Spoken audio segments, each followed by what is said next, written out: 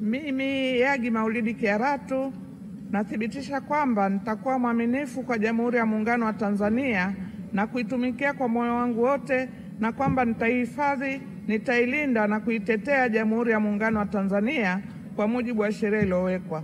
Ewe Mwenyezi Mungu, naomba unisaidie.